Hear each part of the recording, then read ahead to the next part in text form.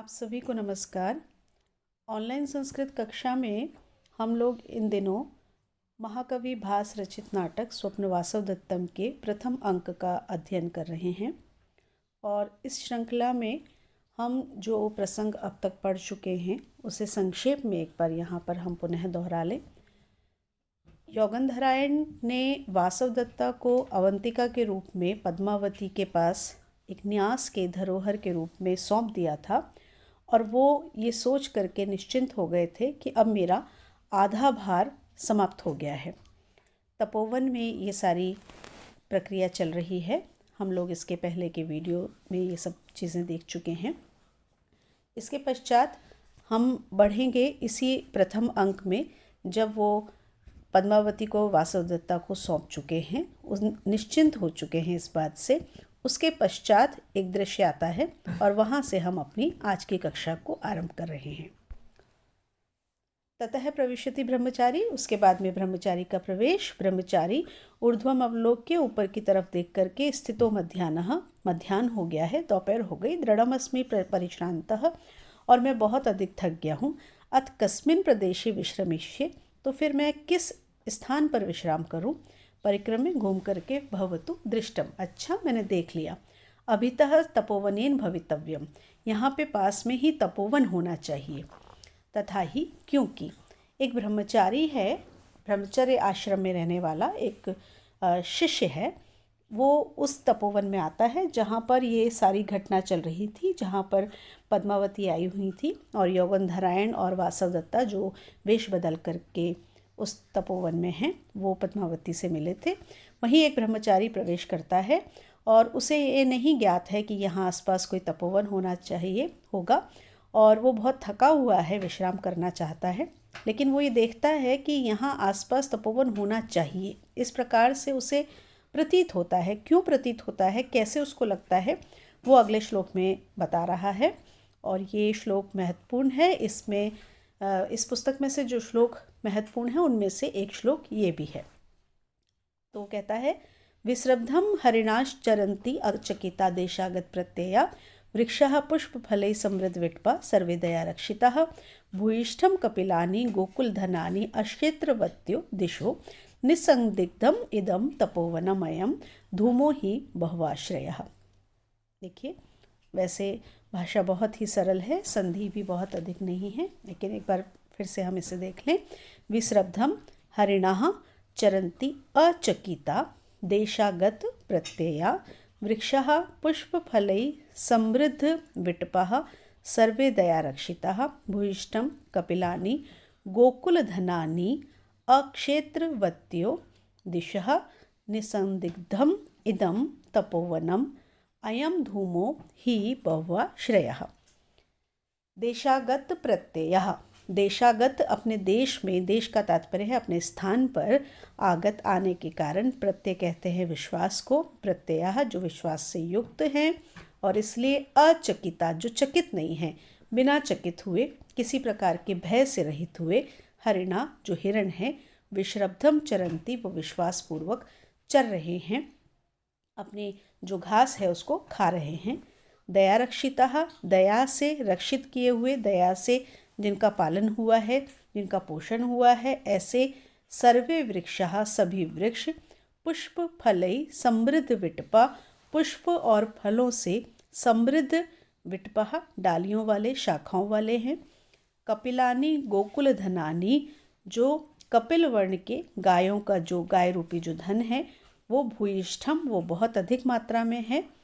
दिशः दिशाएं, अक्षेत्रवत्यः क्षेत्र से, खेत से रहित हैं। ही क्योंकि अयम यह, धूमः बहुआश्रयः ये जो धुआं है वो बहुत स्थानों से उठ रहा है। इदम यह, निसंदिग्धम निश्चय रूप में, किसी संदेह के बिना ये सिद्ध है कि यह तपोवनम, यह तपोवन है। ब्रह्मचारी आसपास की परिस्थितियों को देखता है और देख कर के उसे ज्ञात होता है कि यहाँ पर तपोवन ही होना चाहिए, आसपास तपोवन होना चाहिए। और उसके लिए जो बातें वो बताता है, वो कहता है, सबसे पहली बात वो कहता है कि जो हिरण है वो किसी भी भय से रहित होकर के घास चर रहे हैं, जैसे उन्हें विश्वास है किस चीज़ का विश्वास है? कि वो अपने स्थान पर आ गए हैं और यहाँ उनको किसी प्रकार का भय नहीं है, यहाँ उनकी रक्षा हो सकती है, इसलिए वो निश्चिंत होकर के घास को चर रहे हैं। देखिए, जब कोई पशु होते हैं वो यदि अपने स्थान पर हैं तो वहाँ वो निश्चिंत होकर के विचरण कर सकते हैं, क्योंकि उन्हें इस बात का विश्वास होता है कि वहाँ उन्हें किसी प्रकार की भय की आवश्यकता नहीं है, वहाँ उनकी रक्षा हो सकती है। तो क्योंकि हिरण हैं और वो मात्र जंगल नहीं है, उसमें पास में तपोवन है और उन्हें ये पता है कि तपोवन के प्राणियों पर किसी प्रकार का उनका संहार नहीं किया जाता, हिंसा नहीं की जाती है, इसलिए वो विश्वासपूर्वक हैं। ब्रह्मचारी के वहाँ आने पर भी वो भय से रहित हैं और घास को चर रहे हैं। तो इससे उसको ज्ञात होता है कि वहाँ पर आसपास तपोवन होना चाहिए। दूसरी बात उन्होंने कही कि वहाँ जो वृक्ष हैं वो वृक्ष कैसे हैं? फूलों और फलों से लदी हुई डालियों वाले वृक्ष हैं। फूलों फलों से लदी हुई डालियाँ ये सिद्ध कर रही हैं कि वहाँ उनको पालने वाला, उनका पोषण करने वाला, उनकी देखभाल करने वाला कोई आसपास है, इसलिए वो जो वृक्ष हैं वो इतने फले फूले हैं। इसके अतिरिक्त जो गायें हैं वो कौन सी गायें हैं? जो कपिला गायें हैं, जो बहुत अधिक दूध देने वाली गायें होती हैं, उन गायों को वो वहाँ पर बहुत अधिक देख रहा है। तो उससे उसको ज्ञात होता है कि ये गायें जो, क्योंकि ये बहुत अधिक दूध देती हैं, ये पाली जाती हैं, ये बहुत अधिक संख्या में यहाँ दिखाई दे रही हैं, इसलिए यहाँ पर कोई तपोवन होना चाहिए। जो दिशाएं हैं वो खेतों से रहित है, मतलब आसपास खेत नहीं दिखाई दे रहे हैं, क्योंकि यदि गृहस्थ आश्रम वाला कोई व्यक्ति वहाँ पर होता, कोई गृहस्थी व्यक्ति होता तो खेत होते, लेकिन ये तपस्वी हैं और तपस्वी खेती नहीं करते हैं। तो क्योंकि खेत आसपास नहीं है इसलिए भी यहाँ पर तपोवन होना चाहिए।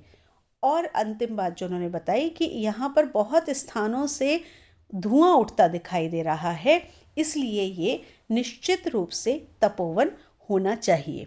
यहाँ पर उन्होंने तपोवन में जो जो बातें दिखाई देती हैं उन बातों का वर्णन करते हुए ब्रह्मचारी ने ये बताया है कि यहाँ पर तपोवन होना चाहिए। भास ने इस श्लोक में तपोवन का इतना सजीव वर्णन किया है और इस बात को बताया है कि हिरणों का निडर होकर के चरना, वृक्षों का फल और फूल से युक्त होना, कपिला जो गायें हैं उनका बहुत अधिक मात्रा में दिखाई देना, आसपास खेतों का ना होना, यज्ञ के धुएं का उठना, ये सब तपोवन की क्रियाएं हैं, तपोवन को बताने वाली बातें हैं। इसलिए यहाँ पर बहुत ही सुंदर ये वर्णन भास के द्वारा किया गया है।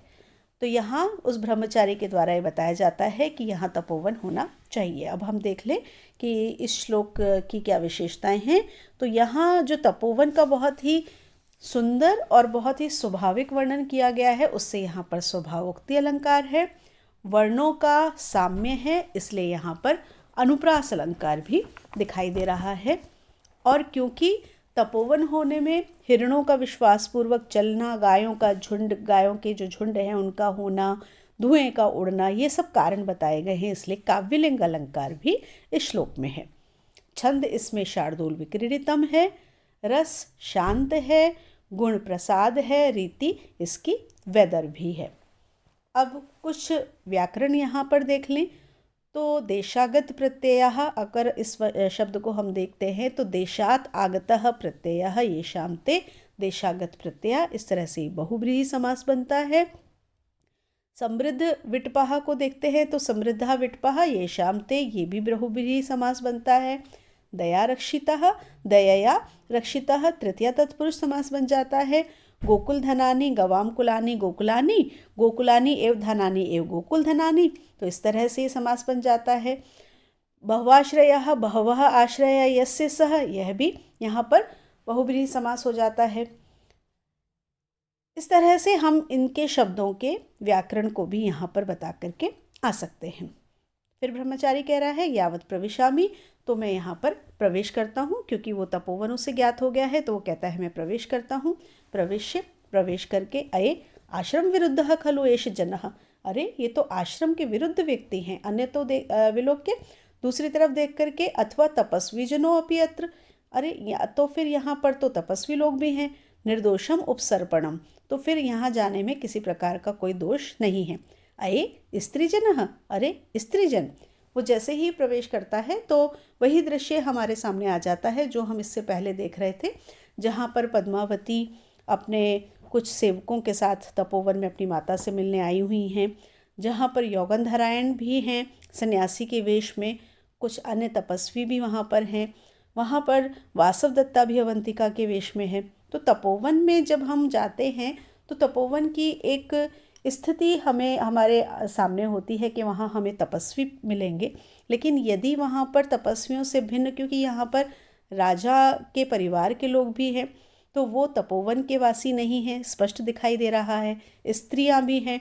तो ये सारी चीज़ें देख करके वो थोड़ा सा एक भ्रम की स्थिति में होता है। पहले उसे लगता है कि यहाँ तो आश्रम के विरुद्ध लोग हैं, बाद में उसे लगता है तपस्वी हैं, फिर उसे लगता है कि अरे स्त्रीजन भी हैं। तो वो एक ऐसी स्थिति में है। उसी बीच में कांचुकी है, स्वैरम स्वैरम प्रविशतु भवान, आप आइए अपनी इच्छानुसार, आप अपनी इच्छानुसार यहाँ प्रवेश करें। सर्वजन साधारणम आश्रम पदम नाम, आश्रम का जो स्थान होता है वो सभी लोगों के लिए साधारण होता है, अर्थात सभी लोगों के लिए सामान्य रूप से होता है, खुला होता है। सभी लोग वहाँ पर अपनी इच्छा अनुसार आ सकते हैं। इस पंक्ति को आप मार्क कर लीजिए, ये कभी कभी पूछी जा सकती है प्रसंग के साथ में। वासवदत्ता हम हाँ पद्मावती अम्मो पर पुरुष दर्शनम परिहरती आर्या, जो आर्या है अवंतिका के लिए कह रही है पद्मावती, जो वास्तव में वासवदत्ता है, कि ये दूसरे पुरुष के दर्शन से बचती हैं, उसका परिहार करती हैं। भवतु सुपरिपालिन्यः खलु न्यासः, तो निश्चित रूप से अब खलु मत न्यासः, तो मेरे द्वारा न्यास की जो रक्षा करना है वो और अधिक आसान हो गया है। न्यास की रक्षा और अधिक आसान मेरे लिए हो गई है, क्योंकि ये पर पुरुष का दर्शन नहीं करती हैं। वासवदत्ता ने जैसे ही ब्रह्मचारी को देखा, यहाँ ऐसा दिखाई देता है कि उन्होंने कुछ इस प्रकार का कार्य किया जिससे पद्मावती को ये ज्ञात हो गया कि ये पर पुरुष का दर्शन नहीं करती। जैसे हमने देखा है कि बहुत स्थानों पर जो स्त्रियां होती हैं वो घूंघट करती हैं किसी भी पुरुष के आ जाने पर, तो उसी तरह की क्रिया वासवदत्ता के द्वारा की गई, जिससे पद्मावती को ये ज्ञात हुआ कि वो पर पुरुष का दर्शन नहीं करती हैं, दूसरे पुरुष के सामने नहीं आती हैं। ये जो बात यहाँ पर भास ने अपने नाटक में रखी है वो ऐसे ही नहीं रखी है, क्योंकि जो कथा है वो जिस तरह से मोड़ लेगी उसमें ये आवश्यक था कि वासवदत्ता को परपुरुष के दर्शन से दूर रखा जाए, इसलिए यहाँ पर ये विशेष रूप में बताई गई है। कांचुकीय भो पूर्वम प्रविष्टा स्मः प्रतिगृहीताम अतिथि सत्कारः, अरे हम आपसे पहले आ गए हैं इसलिए आप हमसे अतिथि सत्कार को ग्रहण करें। ब्रह्मचारी आचम्य भवतु भवतु निवृत्त परिश्रमोऽस्मि, अच्छा अब तो मेरी थकान दूर हो गई है। यौगंधरायण भो कुत आगम्यते क्व गंतव्यम क्व अधिष्ठानम आर्यस्य, यौगंधरायण पूछ रहे हैं कि अरे आप कहाँ से आए हैं, कहाँ आपको जाना है और आपका क्या निवास है, अधिष्ठान आपका कहाँ है, आर्य का आपका निवास कहाँ है। ब्रह्मचारी भो श्रूयताम, अरे आप श्रीमान सुनिए, राजगृहितो अस्मि, मैं राजगृह से आया हूँ। श्रुति विशेषणार्थम वत्स भूमौ लावणक नाम ग्राम तस्त्रोषितवान अस्मि, और मैं श्रुति विशेष के लिए, श्रुति विशेष वेद के किसी विशेष भाग के अध्ययन के लिए वत्स भूमि के लावणक नाम के जो गांव है वहाँ पर रह रहा था। वासवदत्ता आत्मगतम, अपने मन में, हाँ लावणक नाम, अरे लावणक नाम, लावणक संकीर्तनेन पुनर्नवीकृत एवं में संतापः, लावणक सुनने से तो मेरे मन का जो संताप था वो फिर से नवीकृत, वो फिर से नया हो गया है। यौगंधरायण अथ परिसमाप्ता विद्या, तो क्या आपकी विद्या समाप्त हो गई। ब्रह्मचारी उत्तर दे रहा है न खलु तावत, नहीं वो तो अभी नहीं हुई है। तो यौगंधरायण पूछते हैं यदि अनवसिता विद्या किम आगनम प्रयोजनम, तो यदि आपकी विद्या पूरी नहीं हुई तो आपके आने का क्या प्रयोजन है। ब्रह्मचारी इसका उत्तर देता है तत्र खलु अति दारुणम व्यसनम संवृतम, वहाँ पर बहुत ही ऐसी विपत्ति, वहाँ पर भयंकर विपत्ति आ गई है। यौगंधरायण कथम्य, कैसी विपत्ति। अब देखिए पहले इसकी हम बात कर लें। यहाँ तक क्या हुआ है कि कांचुकीय ने जब उसको ब्रह्मचारी को प्रवेश करने के लिए कहा है, वासवदत्ता ने उसको देख करके कुछ घूंघट किया है या अपना मुंह फेरा है, जिससे पद्मावती को ये ज्ञात हुआ कि वो परपुरुष का दर्शन नहीं करती है। यौगंधरायण ने उसका स्वागत किया और ये कह करके कांचुकीय ने भी उसका स्वागत किया कि हम आपसे पहले आए हैं। यद्यपि वो तपोवन है, तपस्वियों का स्थल है, लेकिन ये क्योंकि तपोवन में आए हुए हैं और ब्रह्मचारी से पहले आए हुए हैं, तो कांचुकीय ने उसका स्वागत किया। और यौगंधरायण ने उससे प्रश्न किया कि आप कहाँ से आए हैं, आपको कहाँ जाना है और आप कहाँ के रहने वाले हैं। ब्रह्मचारी उसका उत्तर देता हुआ बताता है। ये प्रश्न में पूछा जा सकता है कि जो ब्रह्मचारी था वो कहाँ से आया था और वो वहाँ पर क्या कर रहा था। तो इसका उत्तर आपको ध्यान रखना है कि वो वत्सभूमि के लावणक नाम के गांव में रह रहा था। और किस लिए रह रहा था? क्योंकि उसे वेद के एक विशेष भाग का अध्ययन करना था, इसलिए वो वहाँ पर रह रहा था। और लावणक का जैसे ही वो नाम लेता है, वासवदत्ता कहती है कि लावणक सुनने से मेरा जो संताप है, मेरी जो पीड़ा है, वो फिर से नई हो गई है।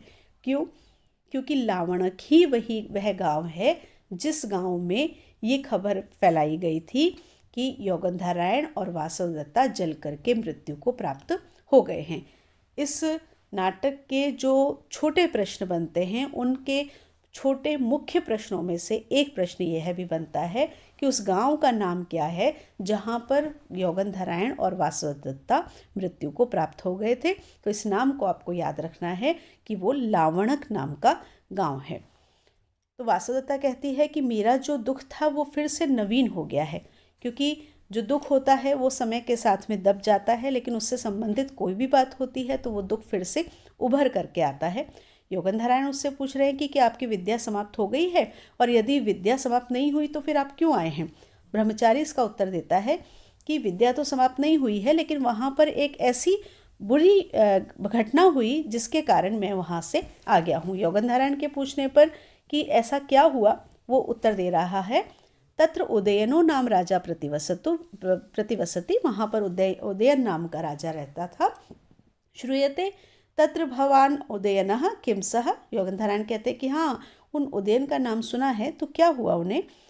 ब्रह्मचारी तस्य अवंती राजपुत्री वासवदत्ता नाम पत्नी दृढ़म अभिप्रेता किल। वो कहते हैं, उसका उत्तर देते हैं कि उन्हें जो अवंती राज की पुत्री है, अवंती, अब ये भी ध्यान रखना है आपको कि वासवदत्ता के जो पिता हैं वो अवंती राज हैं। वासवदत्ता कहाँ की राजकुमारी है? अवंती की राजकुमारी हैं, तो इसको भी ध्यान रखना है। तो वो कहते हैं कि अवंती राज की जो पुत्री थी वासवदत्ता, वो उनकी पत्नी थी और उनको बहुत अधिक प्रिय थी।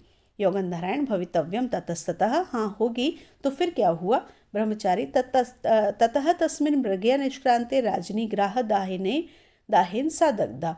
तब एक बार शिकार खेलने के लिए जब राजा वहाँ से चले गए तो गांव के जलने से वह भी जल करके मृत्यु को प्राप्त हो गई। वासवदत्ता आत्मगतम, अपने मन में, अलीकम अलीकम खलु एतत्, असत्य है, ये बिल्कुल असत्य है। जीवामी मंदभागा, मैं दुर्भाग्य से युक्त तो जीवित हूँ। यौगंधरायण ततस्ततः, फिर क्या हुआ। ब्रह्मचारी ततः ताम अभिवक्तुम कामो यौगंधरायणो नाम सचिवः तस्मिनेव अग्नौ पतितः। फिर उनको बचाने की इच्छा से यौगंधरायण नाम का जो उनका मंत्री था वो भी उसी अग्नि में कूद पड़ा। यौगंधरायण सत्यम पतितः इति ततस्ततः, सच में गिर गया। फिर क्या हुआ। ब्रह्मचारी ततः प्रतिनिवृत्तो राज्ञा तद्वृतांतम श्रुत्वा तयो वियोग जनित संतापः तस्मिनेव आग्नौ प्राणान परित्यक्तु कामो अमात्ये महता यत्नेन वारितः।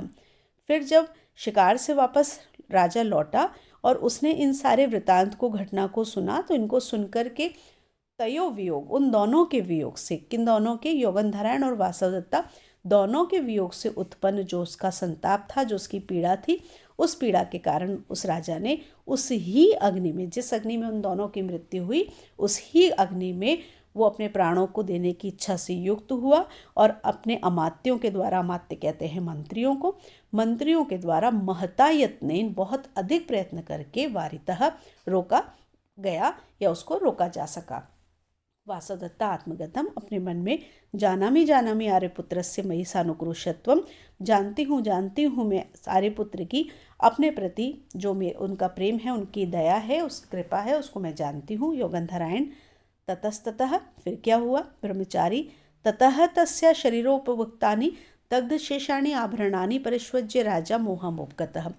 फिर उनके शरीर पर पहने हुए, उसके शरीर पर, किसके, वासवदत्ता के शरीर पर पहने हुए दग्ध शेषाणि, जलने से बचे हुए आभरणानि, जो आभूषण थे, उनको परिष्वज्य, उनको अपने गले से लगा करके राजा मोहमुपगतः, राजा मूर्छा को प्राप्त हो गया। सर्वे, हा, सभी लोग वहाँ पे कहते हैं हाय, जैसे एक दुख के लिए हम सब शब्द बोलते हैं, उसी तरह से सभी लोग दुखी होते हैं। ब्रह्मचारी यहाँ पर बता रहा है कि वो क्यों वहाँ से आ गया है, उस घटना को वो बता रहा है जिस घटना के आधार पर ये नाटक शुरू हुआ था। वो कहता है कि वहाँ एक उदयन नाम का राजा था जिसकी पत्नी थी वासवदत्ता, जो अवंती के राजा की पुत्री थी और उसे बहुत अधिक प्रिय भी थी। एक बार जब राजा शिकार पर चला गया, उस समय गांव में आग लग गई और गांव में आग लगने से वो जो वासवदत्ता थी वो भी आग में जल करके भस्म हो गई। उसको बचाने के लिए जो यौगंधरायण था वो भी उसी अग्नि में कूद गया। और जब राजा वापस आया और उन दोनों को जब उसने देखा कि वो अग्नि में जल करके भस्म हो गए, तो उन दोनों के वियोग से वो इतना दुखी हुआ कि उसने सोचा कि मैं भी अपने प्राणों को यहीं पर त्याग दूंगा। और बड़ी मुश्किल से, बड़ी कठिनाई से जो अन्य मंत्री थे उनके द्वारा उसको बचाया गया। ये बातें सुनकर के वासवदत्ता के मन में आता है कि हाँ, मैं जानती हूँ कि राजा मुझसे बहुत अधिक प्रेम करते थे। इसके बाद क्या हुआ, उस पर ब्रह्मचारी ने बताया कि जब इस तरह की घटना हुई तो जो राजा था उसने वासवदत्ता के ने जो गहने पहने हुए थे, जो आभूषण धारण किए हुए थे, और कुछ आभूषण जल गए थे, कुछ जलने से शेष बच गए थे, उन आभूषणों को वो अपने गले से लगा करके मूर्छा को प्राप्त हो गया। ये बात सुनकर के सभी लोग बहुत ही दुखी होते हैं, जो भी वहाँ पर हैं वे सभी बहुत ही दुखी होते हैं। वासवदत्ता इसके आगे कहती है, स्वगतम, अपने मन में, सकाम इदानीम आर्य यौगंधरायणो भवतु, आर्य यौगंधरायण अब तो सकाम हो, उनकी इच्छा पूर्ण हो, अब तो उनकी अभिलाषा पूर्ण हुई। चेटी भर्तृदारी के रोदिति खलु इयम आर्या, ये आर्या रो रही हैं। पद्मावती सानुक्रोशिया भवितव्यम, ये दयालु प्रवृत्ति की होंगी। यौगंधरायण अथकिम, अथकिम, और क्या, और क्या, प्रकृतिया सानुक्रोशा में भगिनी, मेरी जो बहन है वो प्रकृति से ही दयालु है। ततस्ततः, फिर क्या हुआ, फिर क्या हुआ ब्रह्मचारी, ततः शनै शनै प्रतिलब्ध संज्ञम संवृतः, और फिर धीरे धीरे वो संज्ञा को, होश को प्राप्त हो गए, धीरे धीरे उनको होश आ गया। पद्मावती दिष्टया ध्रियते, भाग्य से वो धारण कर रहे हैं, जीवित हैं। मोहम गत इति श्रुत्वा शून्यम एव मे हृदयम, मोह को प्राप्त हो गए, मूर्छा को प्राप्त हो गए, ये सुनकर के मेरा हृदय शून्य हो गया था। यौगंधरायण ततस्ततः, फिर क्या हुआ ब्रह्मचारी, ततः स राजा महितल परिसर्पण पांसु पाटल शरीरः सहसा उत्थाय, हा वासवदत्ते, हा अवंती राजपुत्री, हा प्रिय शिष्ये इति किमपि बहु प्रलपितवान, कि इसके बाद में वह जो राजा था वह धरती पर लौटता हुआ मिट्टी से सना हुआ शरीर वाला होकर के सहसा उत्थाय, अचानक से उठ करके, हाय वासवदत्ता, हाय अवंती राजपुत्री, हाय प्रिय शिष्य, इस प्रकार से बहुत प्रकार से विलाप करने लगा। किम बहुना, मैं और अधिक क्या कहूँ। पहले हम यहाँ तक की बात करें। वासवदत्ता ने जब ये सुना कि राजा मूर्छा को प्राप्त हो गया तो वो घबराई, उसे कष्ट हुआ, और उस कष्ट के रूप में ही उसने अपने मन में कहा कि अब तो यौगंधरायण की इच्छा पूर्ण हुई। जैसे एक तरह का व्यंग था कि यौगंधरायण यही चाहते थे और अब उनकी इच्छा पूर्ण हुई। यद्यपि वो जानती थी कि यौगंधरायण जो कुछ कर रहे हैं वो राजा के हित में ही कर रहे हैं, लेकिन क्योंकि उसने अपने पति को इस तरह से पीड़ा में देखा, तो एक नारी के हृदय में जो अपने पति के प्रति प्रेम होता है उसी रूप में उनकी ये बात निकली और वो रोने लगी। उनके रोने को देख करके दासी ने कहा कि ये रो रही हैं, तो यौगंधरायण ने उस बात को छुपाया, क्योंकि वो क्यों रो रही है, अगर ये बात खुल जाती कि वो वासवदत्ता है तो सारी योजना समाप्त हो जाती। तो यौगंधरायण ने उसको संभाला कि ये प्रकृति से ही, इनका स्वभाव ही ऐसा है कि ये दयालु हृदय की हैं, इसलिए ये इस प्रकार से रो रही हैं। ब्रह्मचारी आगे बताता है कि धीरे धीरे उनको होश आ गया, और जब वो ये कहता है कि उन्हें होश आया तो उस समय पद्मावती कहती है कि उन्हें होश आ गया ये सुन करके मुझे धैर्य धारण हुआ, क्योंकि वो मूर्छा को प्राप्त हो गई ये सुन करके तो मेरे हृदय में एक प्रकार की शून्यता आ गई थी। यहाँ पर पद्मावती के द्वारा जो ये बात कहलाई गई है ये इस बात को दिखाती है कि हमें ये ज्ञात हो जाए कि पद्मावती के मन में भी उदयन के प्रति एक प्रकार की करुणा, दया या एक प्रकार के प्रेम का अंकुरन वहाँ पर हमको दिखाई देता है। योगन नारायण पूछते हैं कि फिर क्या हुआ, तो वो बताते हैं कि वो इतने दुखी हैं कि धरती पर लौट रहे हैं और धरती पर लौटने से उनका जो शरीर है वो धूल से सना हो गया और फिर अचानक से उठ करके वो वासुदत्ता को कई प्रकार से संबोधन दे करके और पुकारने लगे। उन संबोधनों में सबसे पहला वासुदत्ता जो उसका नाम है, फिर कहा अवंती राजपुत्री, तो अवंती राजा की पुत्री है इसलिए अवंती राजपुत्री कहा। हा प्रिय, क्योंकि वो उनकी प्रिया है। हा प्रिय शिष्य, अब यहाँ ये प्रश्न पूछा जा सकता है कि राजा ने हा प्रिय शिष्य क्यों कहा, तो ये आपको ध्यान रखना है। हमने जब सबसे पहले इसकी कथा के विषय में बात की थी तब हमने ये बात की थी कि जो वासवदत्ता थी, वासवदत्ता के पिता ने उदयन को जब बंदी बनाया था तो वीणा बजाना सिखाने के लिए वासवदत्ता को सौंपा था उन्होंने उदयन के साथ में, और उदयन ने वासवदत्ता को शिष्या बना करके उनको वीणा बजाना सिखाया था, तो इसलिए वो उनकी शिष्या हुई। तो यहाँ पर उन्होंने ये संबोधन दिया है। आगे ब्रह्मचारी कहते हैं कि मैं और अधिक क्या कहूँ, और फिर वो श्लोक कहते हैं, ये भी इसके मुख्य श्लोकों में से एक श्लोक है। नैविदानीं तादृशा चक्रवाकाः नैव अपि अन्ये स्त्री विशेषैः युक्ताः धन्या सा स्त्री याम तथा वेत्ति भर्ता भर्तृ स्नेहात् सा ही दग्धा अप्यदग्धा। देखिए, इदानीम तादृशः, इस समय, तादृशा उसके जैसे, उस राजा के जैसे, न एव चक्रवाकः, कोई चक्रवाक चकवे नहीं है, चकवा जो एक पक्षी है वो नहीं है, न एव स्त्री विशेष वियुक्ता, और ना ही स्त्री विशेष रूप की, विशेष प्रकार की जो स्त्री है उनसे वियुक्त, अन्य अपि, कोई अन्य भी हैं, सा स्त्री धन्या, वह स्त्री धन्य है, याम भर्ता तथा वेत्ति, जिसका पति उसको इस प्रकार से जानता है, मानता है, सम्मान देता है, ही क्योंकि सा भर्तृ स्नेहात, वह पति के स्नेह के कारण, दग्धा अपि अदग्धा, जल करके भी मानो नहीं जली है। उन्होंने कहा कि इस समय यदि हम देखें तो न तो उस राजा के समान कोई चकवा पक्षी है, न ही उसके समान कोई अन्य विशिष्ट स्त्रियां हैं जो अपने पति से वियुक्त हुई हैं, और वो स्त्री वास्तव में धन्य है जिसका स्वामी, जिसका पति उसको इतना प्रेम करता है और उसके प्रेम के कारण ऐसा लगता है कि वो जल गई है, मृत्यु को प्राप्त हो गई है, किंतु फिर भी वो जली नहीं है, फिर भी वो जीवित ही है।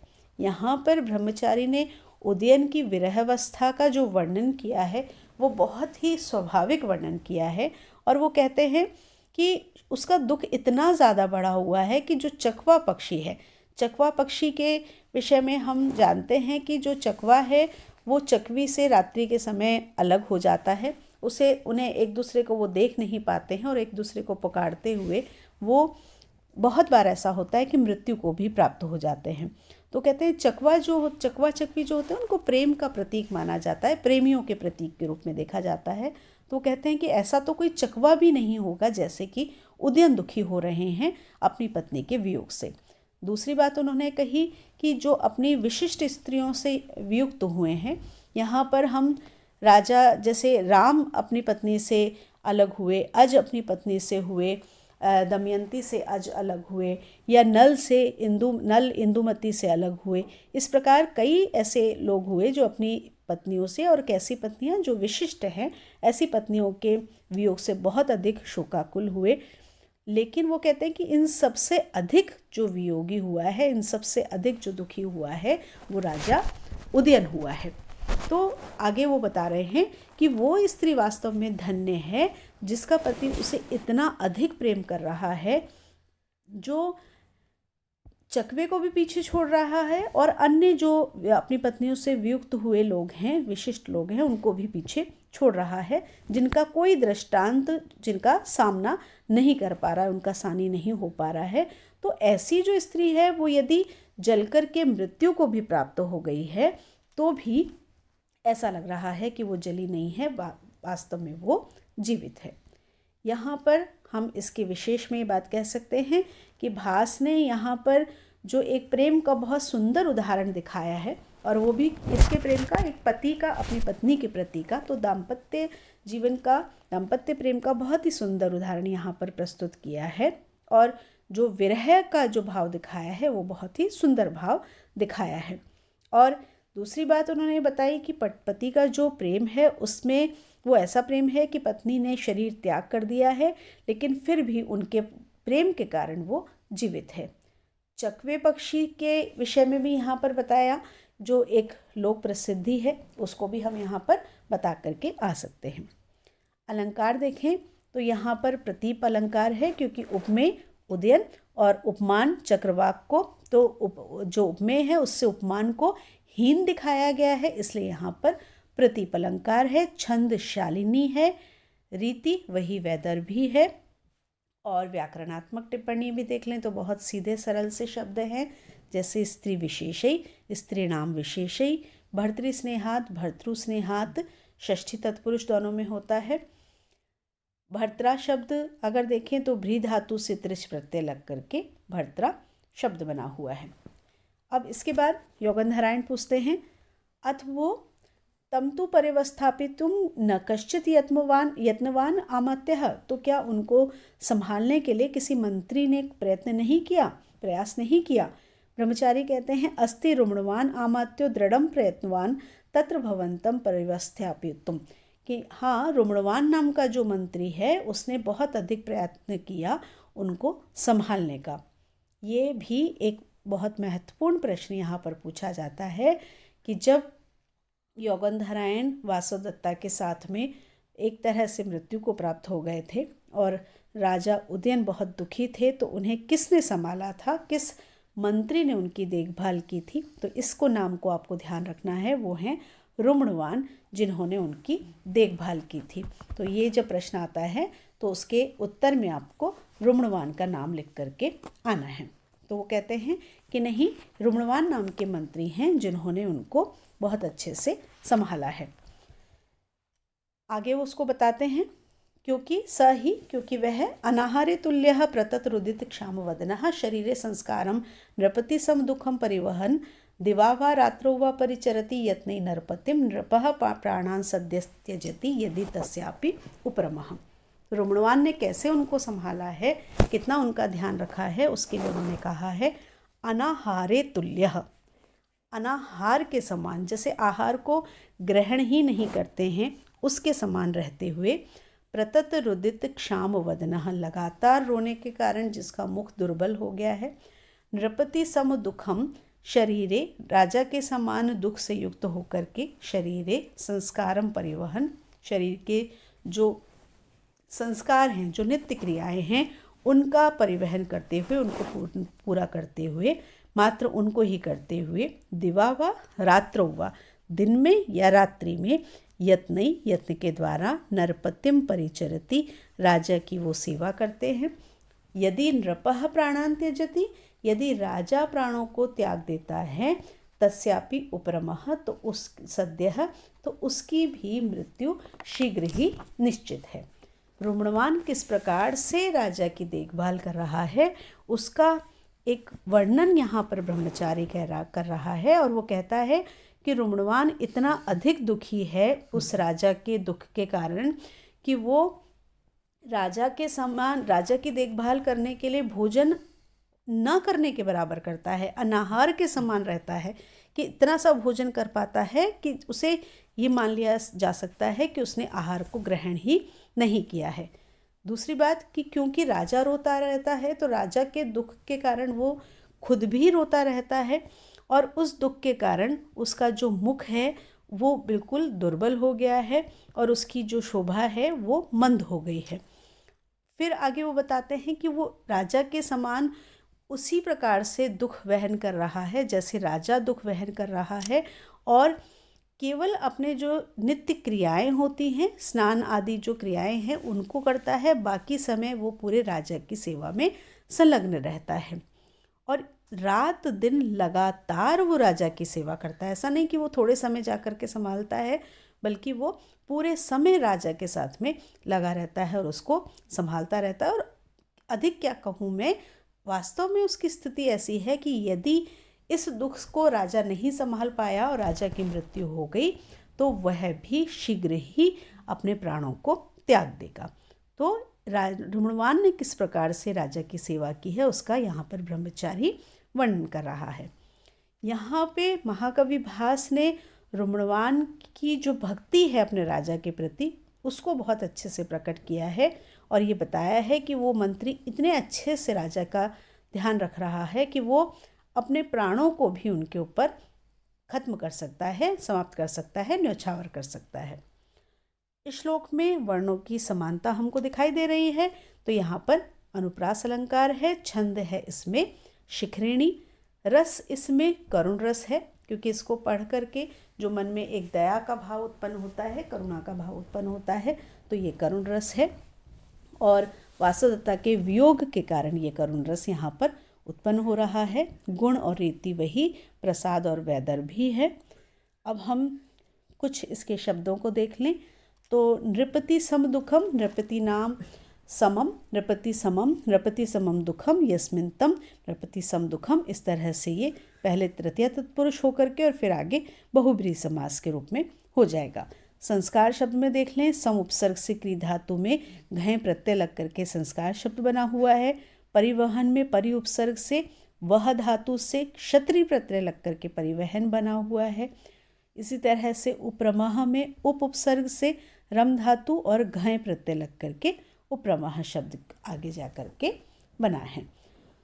तो यहाँ तक हमने देखा कि किस तरह से वो योगंधरायण ने ये पता किया उस ब्रह्मचारी से कि उनके आ जाने के बाद में कैसी स्थिति उनके राज्य की चल रही है। अब आगे वासवदत्ता स्वगतम अपने मन में दिष्टिया सुनिक्षिप्त इदानीम आर्यपुत्रः, भाग्य से जो आर्यपुत्र हैं वो अच्छे व्यक्ति के संरक्षण में है। योगंधरायण आत्मगतम अपने मन में, अहो महद भारम उद्वहति रुमणवान, अरे रुमणवान बहुत अधिक भार को वहन कर रहा है, बहुत अधिक कार्य कर रहा है। सविश्रमो ही अयम भारः प्रसक्तः तस्य तु श्रमः तस्मिन् सर्वम अधीनम ही यत्राधीनो नराधिपः। इसकी जो दूसरी पंक्ति है इसको आप नोट कर लीजिए, ये सूक्ति के रूप में पूछी जाती है। एक महत्वपूर्ण प्रश्न यहाँ से तैयार होता है। वो कहते हैं, देखिए पहले इस श्लोक को देख लें। वो कहते हैं ही क्योंकि अयम भारः, यह भार स्वयं के भार के लिए कह रहा है कि यह भार तो सविश्रमः, कुछ विश्राम से युक्त हो गया है, अर्थात कुछ कम हो गया है। किंतु तस्य श्रमः प्रसक्तः, लेकिन उसका जो श्रम है रुमणवान के लिए कहा जा रहा है कि उसका जो श्रम है वो प्रसक्तः, वह तो लगातार चल रहा है। ही क्योंकि नराधिपः राजा, यत्र अधीनः जिसके अधीन होता है, सर्वम तस्मिन् अधीनम सभी कुछ उसके अधीन होता है। यहाँ योगंधरायण ने कहा कि मेरा भार तो कुछ कम हो गया है। क्यों कहा ऐसा? क्योंकि वो वासवदत्ता को अवंतिका के रूप में पद्मावती के हाथों सौंप चुके हैं, तो इसलिए उन्होंने पहले भी कहा था कि मेरा आधा भार कम हो गया है। लेकिन रुमणवान का जो कार्य है वो लगातार चलने वाला है। क्यों चलने वाला है उसको उन्होंने दूसरी पंक्ति में बताया कि राजा का भार जिसके ऊपर होता है, राजा जिसके अधीन होता है, या राजा की सेवा का कार्य जिसके पास में होता है, सब कुछ उसके ही अधीन होता है, उसे सभी चीज़ों का ध्यान रखना होता है। देखिए राजा वो है जो सारे राज्य की देखभाल कर रहा है, और यदि उस राजा की रक्षा का दायित्व किसी के ऊपर होगा तो उसकी जो स्थिति है, उसका जो दायित्व है, उसके जो कर्तव्य हैं वो कितने अधिक महत्वपूर्ण हो जाएंगे और कष्टकारी हो जाएंगे, इसकी कल्पना हम कर सकते हैं। तो इसलिए वो कहता है कि जो राजा जिसके अधीन होता है सभी कुछ उसके अधीन होता है।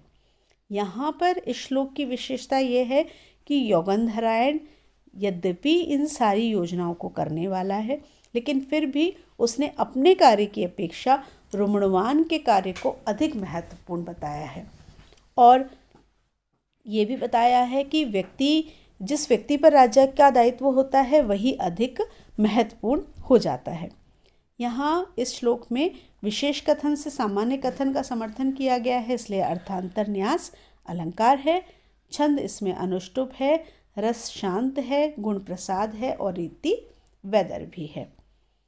व्याकरणात्मक टिप्पणी अगर हम इसमें से निकालें तो सविश्रमः विश्रमेण सहितः, यहाँ पे विश्रमः ये बहुब्रीहि समास हो जाएगा।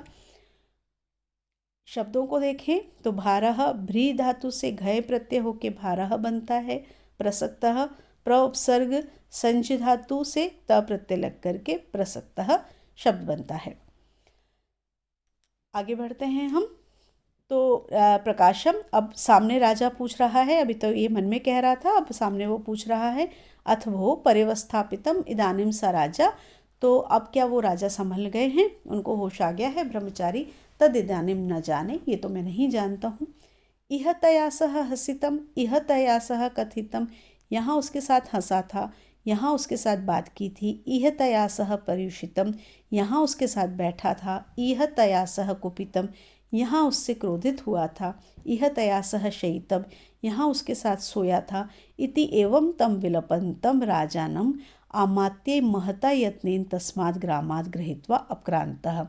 इस प्रकार से विलाप करते हुए उस राजा को, जो उनके मंत्री थे, वो बहुत अधिक प्रयत्न से उस गांव से लेकर के चले गए। ततो निष्क्रांते राजिनी प्रोषित नक्षत्र चंद्रमिव नभो अरमणीय समृतः सगा ग्रामः। और उन राजा के वहाँ से निकल जाने पर, वहाँ से चले जाने पर, वो जो गांव था वो उसी प्रकार से शोभा से रहित हो गया जैसे कि चंद्रमा और तारों के चले जाने से जो आकाश है, जो नभ है, वो अरमणीय है, वो असुंदर हो जाता है, सुंदर नहीं दिखाई देता है। उसी प्रकार से वो हो गया। ततो अहम अपि निर्गतो अस्मि, और फिर मैं भी वहाँ से निकल करके आ गया। जब उनसे पूछा गया कि अब राजा की क्या स्थिति है, तो ब्रह्मचारी ने इसका उत्तर दिया कि वो मुझे नहीं पता। मैंने जब तक देखा तब तक स्थिति ये थी कि वो जहाँ भी जाते थे वहाँ से उनको वासुदत्ता की कोई स्मृति जुड़ी होती थी, और वो उसी बात को ध्यान में करके विलाप करते थे। वो उस स्थान से वापस अपने नगर में, राज्य में लौटना नहीं चाहते थे, लेकिन बहुत अधिक प्रयत्न करके जो उनके मंत्री थे वो उनको वहाँ से लेकर के चले गए। और उनके जाने के बाद वहाँ की स्थिति ऐसी हुई जैसे कि आकाश, रात्रि के समय जो आकाश होता है उसकी शोभा चंद्रमा से और तारों से होती है। यदि चंद्रमा और तारे नहीं हो, क्योंकि एक गांव था वो लावणक, वहाँ पर शिकार खेलने आए हुए राजा और उसके साथ के जो लोग थे, उन्होंने बहुत समय तक वहाँ पर अपना एक शिविर बना रखा होगा। और जब वो लोग वहाँ से चले गए तो वो स्थिति वैसी ही हो गई जैसे आकाश से चांद और तारे चले जाते हैं। तो वो ऐसा जो स्थान हो गया, तो मैं भी वहाँ से निकल करके आ गया। क्योंकि कभी कभी कोई जो स्थान होता है वो ऐसा एक तरह से अस्त हो जाता है कि वहाँ रहने का मन नहीं करता है, तो इसीलिए वो ब्रह्मचारी भी वहाँ से निकल करके आ गया।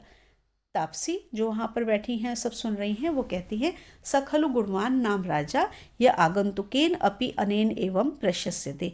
वह राजा वास्तव में ही गुणवान होगा जिसकी आगंतुक भी इस प्रकार से प्रशंसा कर रहे हैं। आगंतुक के द्वारा भी जो इस प्रकार से प्रशंसित हो रहा है। चेटी भर्तृदारी के किन्नु खलु अपरा स्त्री तस्य हस्तम गमिष्यति।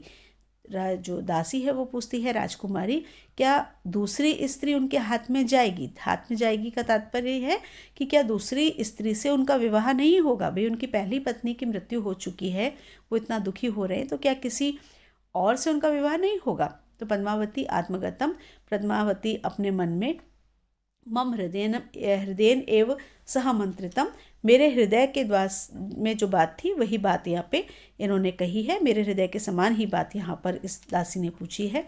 ब्रह्मचारी आप रच्छामि भवंतो, अच्छा मैं आप लोगों से अनुमति चाहता हूँ। गच्छामः तावत, मैं अब चलता हूँ।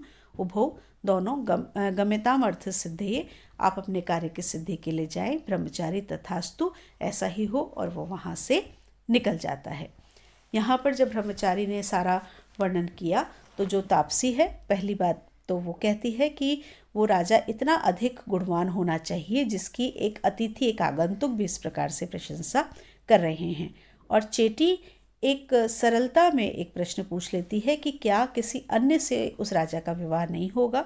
और पद्मावती अपने मन में कहती है कि जो प्रश्न मैं पूछना चाह रही थी, जो मेरे मन में बात थी, वही बात इन्होंने पूछ ली है। पद्मावती, क्योंकि पद्मावती उदयन से विवाह करना चाहती हैं, क्योंकि पद्मावती उदयन के गुणों को सुन करके, उनकी प्रशंसा को सुन करके वो उनसे विवाह करना चाहती हैं, इसलिए उनके मन में ये प्रश्न होता है। ब्रह्मचारी अब वहाँ से जाने की अनुमति प्राप्त करता है और वो वहाँ से निकल जाता है। इसके बाद क्या हुआ वो हम पढ़ेंगे अगले वीडियो में, और फिर इस अंक को समाप्त करके हम दूसरे अंक की ओर बढ़ेंगे। तब तक के लिए नमस्कार।